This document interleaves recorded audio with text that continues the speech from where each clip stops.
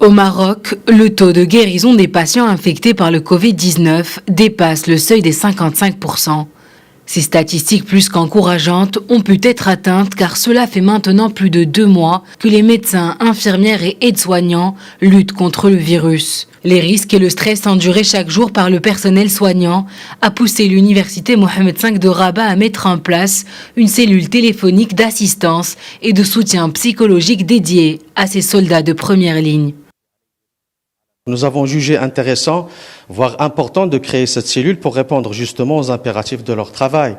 Leur travail actuellement, il est difficile, donc les manifestations psychologiques sont inévitables, comme l'apparition, par exemple, de stress, de burn-out, de dépression, plusieurs pathologies en fait qui peuvent se manifester rien qu'à travers l'exercice de leur profession dans ces conditions qui sont très difficiles.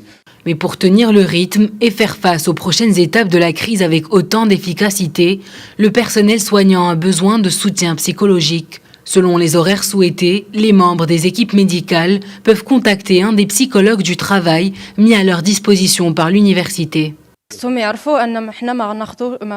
Il faut savoir que nous ne demandons pas à nos interlocuteurs de révéler leur identité.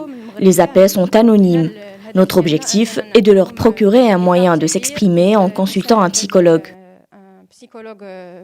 On essaie de les écouter, de détecter où ça se trouve l'anomalie, de détecter le problème et après, avec une réunion, pendant la réunion journalière, on élabore un programme d'intervention, un plan d'intervention.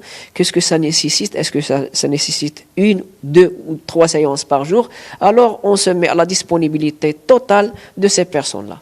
Les impacts psychologiques engendrés chez le personnel traitant les patients du Covid-19 peuvent être irréversibles.